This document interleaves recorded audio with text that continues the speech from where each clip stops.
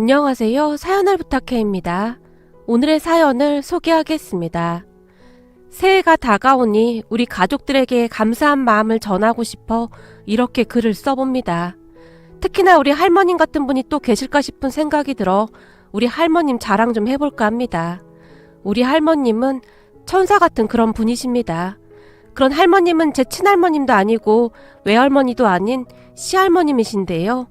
처음으로 제게 사랑이 무엇인지 알려주신 제게는 아주 소중한 그런 분이십니다.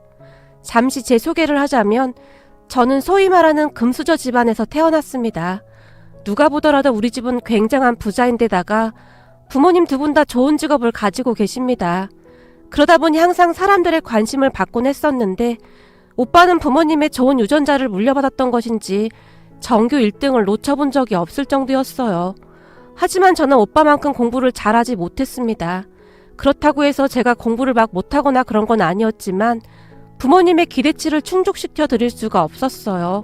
가족들은 그런 저를 못마땅해 했는데 부모님뿐만 아니라 할아버지 할머니조차도 아유 우리 집안이 어떤 집안인데 난 살면서 이런 성적표는 본 적이 없구나 라는 말을 할 정도였어요. 가족들은 항상 그렇듯 저를 밀어냈고 저 또한 그런 가족들 틈에 감히 낄 수가 없었는데요. 아마도 저는 그런 가족 안에서 사랑을 배우기보다는 항상 치열하게 경쟁해야 살아남을 수 있다는 것을 배웠던 것 같습니다. 물론 물질적으로는 부족한 것이 없었습니다. 부모님은 모든 것을 아낌없이 지원해 주셨으니까요. 하지만 사람이 살아가는 데 있어 물질적인 것만큼이나 중요한 게 가족의 사랑인데 저는 항상 그 사랑에 목말라 있었던 것 같습니다. 그렇게 저는 학교에서도 집안에서도 거의 존재감이 없었는데요. 그러다가 대학에 들어갔는데 물론 아낌없는 지원을 받았기에 서울에 나름 이름 있는 대학에 들어가긴 했지만 부모님이 원하시던 의사나 뭐 그런 것들은 제게 있어 어림도 없는 노릇이었어요. 그것도 부모님의 엄청난 투자로 어렵게 들어갔으니까요. 대학에 가서도 자유롭지 못했는데 모든 것을 부모님이 다 통제할 정도였고 적성에 맞지도 않는 공부를 또 해야만 했어요. 다른 친구들을 보면 친구들과 어울려서 여행도 다니고 동아리 활동도 하고 나름 캠퍼스의 낭만을 누리는 듯 했는데 제 대학 생활은 고등학교의 연장선이라는 생각이 들 정도로 여러 학원을 다니며 오히려 고등학교 때보다 더 열심히 공부를 해야만 했습니다. 그러한 것을 불평하는 저를 보며 누군가는 아쉬울 게 없으니 배부른 소리 한다 라는 말을 한 적도 있었어요. 하지만 이게 말이죠. 사람이 숨 쉴 틈이 있어야 하는데 제게는 그 숨 쉴 틈이 없다는 것이 가장 큰 문제였어요. 그러다가 어느 날 대학 선배가 제게 말을 걸어왔는데 넌 항상 뭐가 그렇게 초조하냐? 그리고 왜 그렇게 정일 쫓기는 거야? 라고 물었어요. 그 말에 제가 딱히 할 말을 찾지 못한 채 제가 공부를 잘 못해서 해야 할 게 많아서요.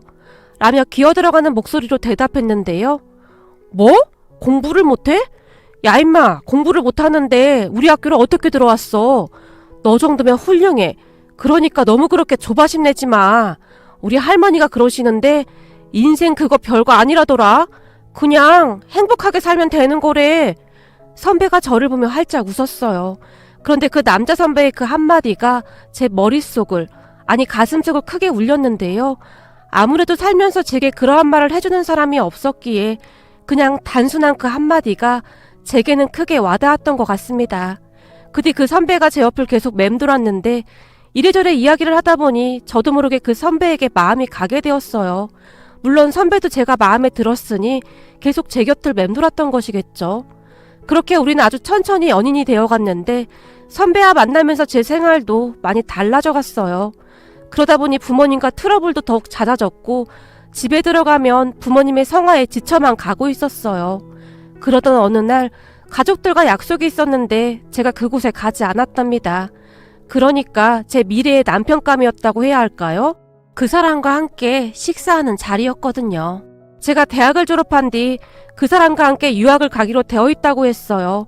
물론 그 모든 것은 부모님이 이미 결정해 놓은 것이었고 저는 부모님이 시키는 대로 하기만 하면 되는 것이었어요.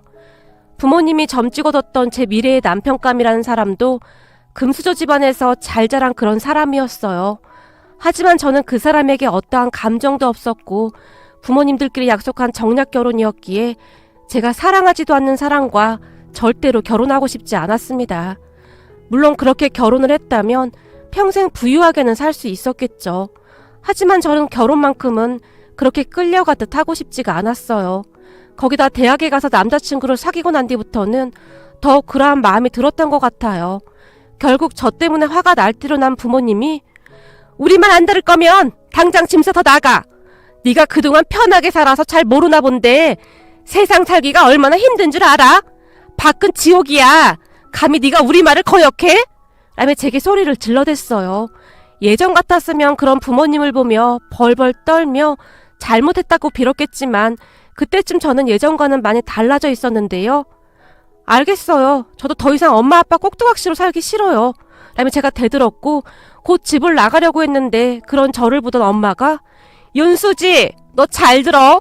지금 나가면 너 정말 끝이야. 알겠어? 저를 노려보며 소리쳤지만 엄마 아빠한테 부끄러운 딸이니까 저만 없으면 다들 행복하잖아요? 어차피 저는 엄마 아빠한테 필요 없는 존재 아닌가요? 그러니까 다들 행복하게 사세요. 라며 순식간에 집을 나와버렸어요. 지금 생각해봐도 저한테 그런 용기가 어디서 났는지 모르겠지만 그때 당시에는 집을 나오는 게 최선이라는 생각뿐이었어요. 그 선배, 그러니까 남자친구 말처럼 조금이나마 행복하게 살고 싶어졌거든요. 그 모습을 보며 부모님이 경기를 하다시피 했지만 저는 그렇게 독하게 마음먹고 집을 나와버렸습니다.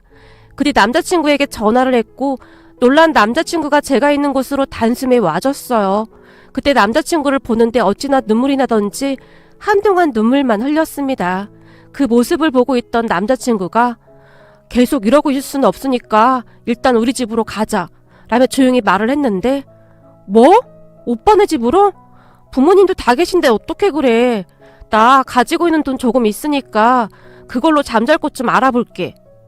네가 세상 물정을 잘 모르나 본데 모텔 이런 곳 여자 혼자 위험해서 안 돼. 그러니까 그냥 우리 집으로 가자. 잠깐만 기다려봐. 내가 부모님께 연락해 놓을게. 라며 남자친구가 집에 전화를 했어요. 그러더니 잠시 후에 잘됐다. 부모님이 너 데리고 오래. 우리 식구들 다 좋은 사람들이라 걱정할 필요 없어. 그리고 당분간은 내 동생 방에서 지내라고 하시네. 라며 저를 데리고 남자친구 집으로 갔어요. 남자친구 집은 그냥 평범한 그런 집인 것 같았어요. 그곳에서 가장 마음에 들었던 부분이 있었는데요. 남자친구 가족들은 수시로 대화를 많이 했는데 집안의 웃음소리가 그치질 않았어요. 남자친구에게는 여동생이 한 명 있었는데 여동생 성격도 참 밝고 좋아 보였어요. 거기다 남자친구 부모님은 제게 어떠한 질문도 하지 않았는데 우선은 우리 딸 방에서 지내면 될 것 같은데 괜찮겠어요? 라고 물었어요. 저 때문에 괜히 불편할 것 같은데요. 저는 그냥 거실에서 지내도 됩니다. 제가 급히 말을 했지만 옆에 있던 남자친구 여동생이 전 괜찮아요. 우리 할머니랑 같이 자면 되니까요. 평소에도 할머니 옆에서 자는 게 습관이 돼서 전 아주 좋아요. 라며 할머니의 팔에 매달렸어요. 남자친구 부모님은 할머님을 모시고 사셨거든요. 그렇게 저는 여동생 방에서 지내기로 했고 한동안은 잘 지내고 있었어요. 아마도 부모님은 제가 바로 들어와서 무릎 꿇고 빌 것이라고 생각을 하셨던 것 같은데 며칠이 지나도록 제가 집에 들어가지 않자 저를 찾아 나섰고 사람까지 써서 여기저기 수소문을 하다가 어떻게 알았는지 제가 남자친구 집에 있다는 사실을 알고는 기겁을 한 채 남자친구 집으로 쫓아오셨어요. 그 뒤 난리가 난 건 말할 것도 없었고요. 남자친구 집에 들어서자마자 엄마가 우리 딸 어딨어요? 라며 남자친구 엄마를 노려봤어요. 우선 진정 좀 하시고 앉으세요. 수지는 그동안 우리랑 잘 지냈습니다. 그러니까 걱정하지 마세요. 남자친구 엄마가 정중하게 말을 했어요. 뭐요? 진정? 지금 우리 딸이 당신네 집에서 지내고 있는데 진정하라고? 당신들도 딸이 있으면서 남의 귀한 집 딸 데려다가 지금 뭐 하는 짓이에요? 그리고 우리 수지는 결혼할 사람 따로 있는데 그쪽에서 알기라도 하면 어쩌려고 이런 짓을 하느냔 말입니까? 엄마가 소리를 질렀는데요. 평소 교양 있는 척은 다 하고 살던 엄마의 모습은 온데간데 없었고 그저 마구마구 소리만 질러댔어요. 그 소리에 제가 방에서 나왔는데요. 윤수지, 너 지금 제정신이야? 너 이러고 다니는 거 민준이 집에서 알기라도 해봐. 도대체 어쩌려고 이래? 착하기만 하던 네가 어쩌다 이렇게 된 거니? 다 쟤 때문이지? 제가 널 꼬신 거지? 라며 제 팔을 잡아 끌기 시작했어요. 난 안 가. 난 여기가 좋아. 다시는 집에 안 들어갈 거야. 그리고 엄마 아빠가 정해놓은 사람이랑 결혼도 안 할 거야. 난 그 사람 사랑하지도 않아. 근데 나보고 그런 사람과 결혼하라고? 제가 엄마의 손을 세게 밀쳐버렸어요. 그 바람에 엄마의 얼굴이 새파랗게 질려버렸는데, 너 지금 이 사람들 말에 현혹돼서 이러나 본데, 너 잘 들어. 저 사람들 네 돈 보고 이러는 거야. 아니지, 우리 돈 보고 이러는 거라고. 그러니까 빨리 집으로 가자. 다시 제 팔을 잡아 끌었지만 제가 다시 한번 엄마의 손을 뿌리쳐 버렸습니다. 난 절대 안 가. 그동안 한 번도 행복한 적이 없었어. 엄마 아빠한테는 말 잘 듣고 공부 잘하는 오빠가 있잖아. 앞으로 오빠랑 행복하게 잘 살면 되잖아. 그리고 난 엄마 아빠 재산에 관심도 없으니까 난 없는 셈 치고 살아. 라며 제가 부모님을 노려봤어요. 그리고 그 순간 아빠가 제 뺨을 올려붙였는데 그 모습을 보며 남자친구네 할머님이 저기 화가 난 건 알겠는데 남의 집에 와서 이러는 건 아니지 않습니까? 그리고 수지도 어른인데 스스로 생각할 수 있게 해줘야죠. 여기서 지내다가 집에 가겠다고 하면 돌려보낼 테니 우선은 그냥 돌아가십시오. 남자친구 할머님이 저를 감싸는 채 말했어요. 그런데 그 말을 들은 아빠가 당신들 우리가 어떤 집안인 줄 알고 이러는 거야? 내가 당신들 가만 안 둘 거야. 라며 남자친구 가족들을 노려봤어요. 그런 아빠의 말에 남자친구 아빠가 우린 그저 수지가 지낼 곳이 없다고 해서 재워준 것밖에 없습니다만 수지도 어른인데 생각할 시간을 좀 주시죠. 그렇게 몰아붙인다고 될 일이 아닙니다. 때가 되면 집으로 돌아갈 겁니다. 라고 단호하게 말했어요. 너 잘 들어. 지금 우리랑 같이 안 가면 우린 앞으로 너 안 볼 거야. 너 학비부터 모든 지원 다 끊을 테니까 그런 줄 알아. 그러니까 넌 앞으로 우리 딸이 아니라는 거야. 아빠가 무서운 표정으로 저를 노려보며 말했고 그런 아빠의 얼굴을 보며 순간 무섭긴 했지만 저는 절대로 집으로 돌아가고 싶지가 않았어요. 난 안 가요. 절대 안 갈 거예요. 집에만 가면 가슴이 답답해요. 밥을 먹어도 소화가 안 돼서 맨날 소화제 먹고 있었는데 엄마 아빠는 그런 것도 몰랐죠?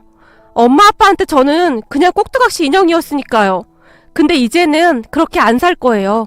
더군다나 사랑하지도 않는 사람과 결혼은 절대 안 할 거예요.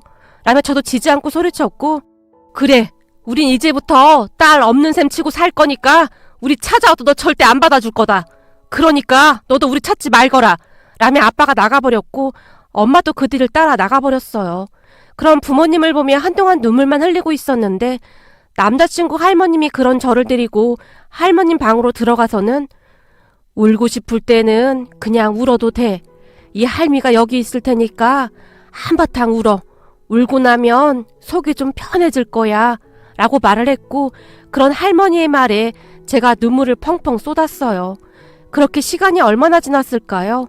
지쳐서 잠이 들었는데 눈을 떠보니 할머님이 제 옆에서 주무시고 계셨는데요. 팔로 저를 꼭 안고 계셨어요. 아마도 그때부터 할머님과 저는 둘도 없는 단짝이 되었던 것 같아요. 마치 아주 오래전부터 그냥 우리 할머니였던 것처럼 말이죠. 저는 살면서 그렇게 따뜻한 품은 처음이었던 것 같아요. 남자친구 가족들은 그렇게 저를 그냥 따뜻하게 맞아주었어요. 그리고 그 뒤 저는 굉장히 힘들 수밖에 없었는데 우선 학비를 제 손으로 벌어야 했기에 과외 아르바이트를 시작했어요. 그리고 부족한 부분은 남자친구 아빠가 조금씩 보태주기도 했고요. 우리 부모님이 참 대단했던 것이 그 뒤에는 아예 저를 찾지도 않았는데 그냥 없는 사람처럼 생각하는 듯 했어요. 사실 저도 힘들긴 했지만 마냥 싫지는 않았는데요. 돈이 없어서 불편했던 것보다는 행복한 마음이 더 컸으니까요. 그 기간 동안 남자친구가 군대에 갔었지만 저는 남자친구 집에서 그냥 가족처럼 지냈답니다. 그러면서 할머님과 더욱 친해지게 되었는데 할머님은 저를 정말 많이 예뻐해 주셨어요. 몰래 제게 용돈도 주셨는데 저는 그때 쌈짓돈이 뭔지 처음 알았답니다. 꾸깃꾸깃 숨겨놓았던 돈을 제게 주시면서 밥 굶지 말고 다녀. 그리고 넌 웃을 때가 제일 예뻐. 처음에 우리 집에 왔을 때는 종일 죽상이더만 요즘은 방긋방긋 웃으니까 얼마나 좋아. 옛말에 그런 말도 있잖아. 웃으면 복이 온다고. 그러니까 지금처럼 방긋방긋 웃어 라고 말씀하셨어요. 지금 생각해보면 남자친구 가족들이 참 대단했던 것이 가족도 아닌 저한테 어떻게 그렇게 잘해줄 수 있는 것인지 참 대단하다는 생각만 드네요. 그렇게 저는 대학을 졸업했고 얼마 뒤 취업을 했습니다. 취업해서 첫 월급을 타서 남자친구 가족들의 선물을 준비했는데 어찌나 설레던지요. 그리고 선물을 받아들며 좋아하던 가족들의 모습이 지금도 눈앞에 선하네요. 취업을 한 후에는 할머니 용돈도 드리고 생활비도 보탰지만 남자친구 부모님은 제가 드린 돈을 고스란히 모았다가 남자친구와 제가 결혼할 때 보태줬어요. 물론 우리 결혼식에 친정 가족들이 참석하지 않았기에 작은 결혼식이었지만 저는 그냥 모든 것이 좋았습니다. 그런데 그런 제 모습에 한편으로는 마음이 안 좋았는데요. 낳아주신 부모님에 대한 어떠한 정도 남아있지 않다는 것에 씁쓸하기도 하고 여러 가지 생각으로 복잡할 수밖에 없었어요. 그런 제 마음을 아셨던지 결혼 전날 할머님과 함께 잠자리를 들었는데 마음이 싱숭생숭하지. 그동안 고생 한번 안 해보고 살다가 힘들기도 했고 근데 사람은 마음이 행복해야 하는 거야. 그리고 나중에 살다 보면 다들 만나지기 마련이고 할머님이 제 손을 꼭 잡아주셨어요. 결혼한 뒤에도 우리는 시댁에 같이 살았는데 할머님과 저는 환상의 짝꿍이었어요. 그동안 살면서 못 받아본 사랑을 다 받는 그런 기분이었는데 어느 날은 아가씨와 손톱 매니큐어를 바르고 있는 우리를 보던 할머님이 색깔이 아주 예쁘구나 라며 활짝 웃으셨는데요. 할머님도 같이 발라요. 이 색깔 진짜 예쁘죠?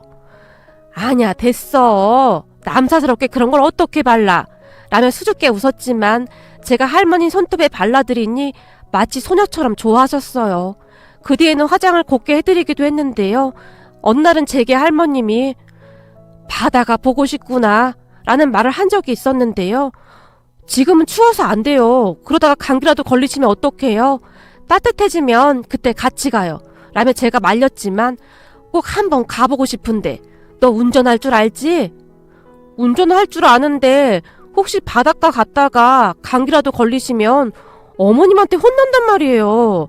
라고 제가 할머님을 설득했지만 그러니까 우리 둘이 몰래 다녀오자는 거지. 아침 일찍 갔다 오면 될 것 같은데. 우리 둘만이요? 아무래도 어머님한테 혼날 것 같은데 라며 제가 망설였지만 어느 주말 저는 할머님과 함께 바닷가로 향했답니다. 그런데 잠시 뒤 할머님과 제가 집에 없자 시어머님이 전화를 했고 어머님 목욕탕에 왔어요. 그리고 나온 김에 할머님이랑 데이트 좀 하다 갈게요. 라는 거짓말까지 했답니다. 그렇게 할머님이 말씀하신 바닷가에 도착해서 회 한 접시를 먹은 뒤 바다 구경을 하고 있었는데 바다가 참 좋구나. 저기 근데 내가 가고 싶은 곳이 한 군데가 더 있는데 라고 할머님이 말씀하셨어요. 어디 가고 싶으신데요? 근데 여기서 많이 떨어진 곳은 안 될 것 같아요. 서둘러서 올라가야 안 들키죠. 저번에도 할머님이 꼬셔서 점쟁이한테 갔다 온 거 들켜서 엄청 혼났잖아요. 어머님이 한 번만 더 말썽 일으키면 우리 분가시켜버린다고 그랬단 말이에요. 제가 난감하다는 표정으로 말을 했어요. 사실 저랑 단짝이 되신 뒤로 할머님이 제게 이것저것 부탁을 많이 하셨는데요. 유명한 점쟁이한테 부적을 써야 한다며 점집에 다녀왔었는데 시어머님께 걸려서 정말 많이 혼났었거든요. 하지만 제 말을 듣던 할머님이 괜찮어. 내가 있는데 내쫓긴 누가 내쫓아. 그러니까 거기 좀 갔다 오자꾸나. 라고 다시 저를 꼬셨고 결국 저는 할머님과 함께 그곳으로 출발했습니다. 그런데 알고 봤더니 할머님은 처음부터 바다를 보고 싶었던 것이 아니라 가야 할 목적지가 따로 있었더라고요. 그렇게 도착한 곳은 벌써 세상을 떠나셨다던 할아버님의 산수였어요. 오늘이 니들 할아버지 생일이야. 근데 다들 바쁘기도 하고 해서 이렇게 온 거야. 라고 할머님이 말씀하셨는데 눈가가 촉촉히 젖어 있었어요. 그리고는 할아버님의 산수를 보며 여보, 당신 손주며느리 처음 봤지? 우리 손주며느리가 이렇게 예쁘고 착해. 요즘은 당신 없어도 내가 심심하지가 않아. 어디서 이런 복덩이가 들어왔나 몰라. 라며 할머님이 한동안 말씀하셨어요. 그렇게 할머님과 앉아서 한동안 이야기를 했는데요. 사실 너도 알다시피 네가 우리 집에 온 지 얼마 안 돼서 네 부모님이 찾아와서 난리를 피우다 갔었잖니. 그런데 그 뒤 네가 없을 때 네 엄마가 따로 찾아왔었어. 네 시어머니랑 내가 나가서 만났는데 우리한테 돈다발을 주면서 너를 집에서 내쫓으라고 하지 않았겠니? 그 모습을 보고 있는데 어찌나 기가 막히던지. 네가 그동안 얼마나 외로웠을지 한눈에 알아봤다. 너한테는 미안한 말이지만 내가 그날 네 엄마 얼굴에 그 돈다발을 집어 던져버렸다. 엄마라는 사람이 모든 것을 돈으로 해결하려고 하는 거요. 라고 말이야. 그리고 내가 네 엄마한테 우리도 그만한 돈 있으니까 다시는 너 찾지 말라고 했다. 근데 네 시애미가 너한테 알려야 하는 거 아니냐고 했는데 내가 알리지 말라고 했어. 알아서 좋을 게 뭐가 있겠어. 안 그래? 지금은 시간이 많이 지나서 너도 괜찮을 것 같아서 이렇게 말하는 거야. 라며 할머님이 제 손을 잡아주셨어요. 정말요? 우리 엄마 닮네요. 우리 부모님은 항상 그랬어요. 하물며 제가 학교 다닐 때 친구들과 잘 어울리지도 못했는데 그때도 친구들 불러서 비싼 선물까지 주면서 저랑 친하게 지내라고 했거든요. 나랑 친하게 지내면 더 좋은 거 많이 사주겠다고 하면서 말이죠. 그런데 그런 친구들이 얼마나 오래 가겠어요. 저는 더 외로울 수밖에 없었는데요. 우리 엄마 앞에서는 잘하는 척 하던 친구들이 돈 많다고 자랑하냐? 라면 더 힘들게 했거든요. 라고 제가 말을 꺼냈는데 그때 생각이 나서 다시 울컥하게 되었어요. 그런 제 말을 듣던 할머님이 그때 내가 네 엄마한테 그랬다. 앞으로 우리 손녀니까 다시는 찾아오지 말라고. 근데 진짜 널 찾지 않더구나. 그런 걸 보니 어찌나 마음이 아프던지 짠하기도 하고 마음이 안 좋더구나. 라며 안쓰러운 듯이 저를 바라보셨어요. 괜찮아요. 전 별 기대도 하지 않았고 오히려 그때 다시 찾아오지 않아서 고마웠는걸요. 저한테는 이렇게 좋은 할머님도 생겼고 시아버님, 시어머님 그리고 아가씨까지 전 지금 아주 완벽해요. 라며 제가 활짝 웃었어요. 그렇게 조용히 있던 할머님이 여보, 우리 손주 며느리 좀 잘 지켜봐 주구려. 그리고 난 여기서 조금 더 머물다 가야겠어. 우리 손주 며느리한테 사랑 좀 더 주고 가리다.